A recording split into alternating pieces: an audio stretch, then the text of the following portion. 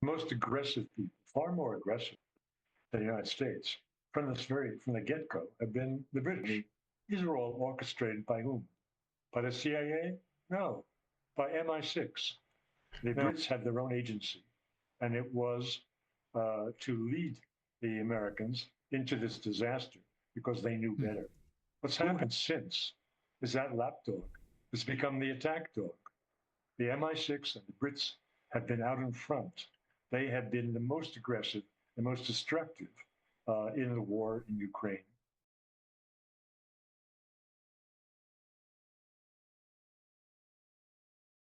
Keir Starmer, the British Prime Minister, is surely on a tightrope this week as he pays a visit to Donald Trump in the White House. Dutifully in second place behind the French leader Macron, who was there on Monday.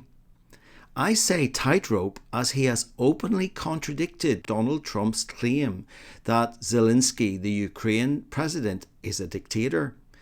In this instance, Trump seems to have his facts right, given that Zelensky's term as leader has expired, and is only leader on the technicality that, given they are at war under the Ukraine constitution, he does have the right to stay until new elections are called. So perhaps on a technicality, Starmer is correct too, which figures, given, of course, he used to be a lawyer. But the following fact is not so well known. This week, the Ukrainian parliament, the Verkhovna Rada, called for a vote on the following: that the president of Ukraine was elected in free, transparent, democratic elections. His mandate is not called into question by the Ukrainian people or the Verkhovna Rada parliament. This vote failed to secure enough backing to pass on Monday. The resolution received 218 votes, falling short of the 226 votes needed to pass. Some 54 members of parliament present abstained, including 38 representatives from Zelensky's own Servant of the People party. If Keir Starmer had lost a confidence vote like this, then under UK parliamentary rules, he and his government would be required to resign and call an election. No matter, the British Prime Minister is happy to continue to support Ukraine in a war they can never win. Isn't it strange when the USA government changes, the government policy changes? Biden assured Ukraine could win the war, and Trump says it's a lost cause and sues for peace. But not in Britain. First Conservative Prime Ministers Boris Johnson and Rishi Sunak kept the funds flowing to Ukraine, and after they were kicked out in July 2024, Labour's Keir Starmer has continued the same policy. You see, Britain has a deep state too, except it makes the US version look like amateurs. It's so deep no one even talks about it. But believe me, it's there and controlled by the same nefarious factions that buys the US presidency every 4 years. As pathetic a figure as Keir Starmer will cut this week, with feigned deference to Trump, it is Britain that is the leading attack dog against Russia. Take note of the words of Dr. Gilbert Doctorow.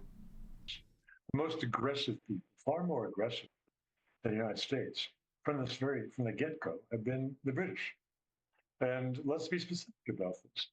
So many events around the development of the Ukraine war, and in particular as regards the terrorist activities by Ukraine, the attacks, various attacks in Russia. These are all orchestrated by whom? By the CIA? No, by MI6.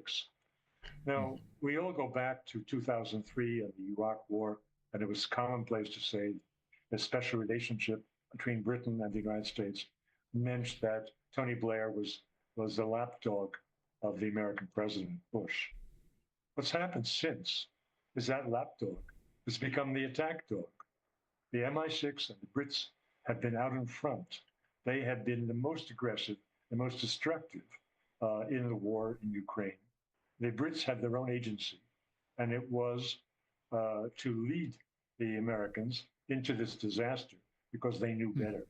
The scandalous Bucha massacre that was used to persuade Europeans to sign on to the American sanctions from hell that Victoria Nuland and her team had prepared. It was the Brits.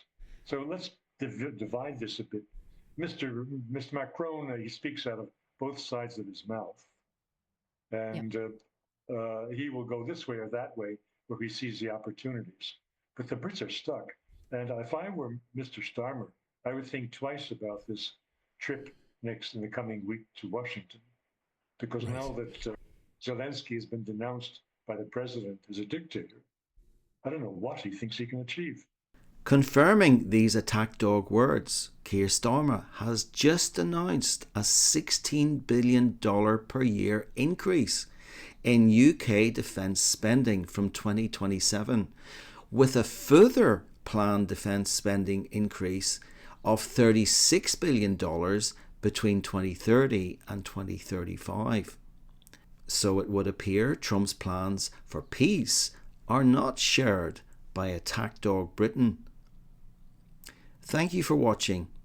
I will leave you with the same words I concluded my first video on the Russia-Ukraine war 2 years ago.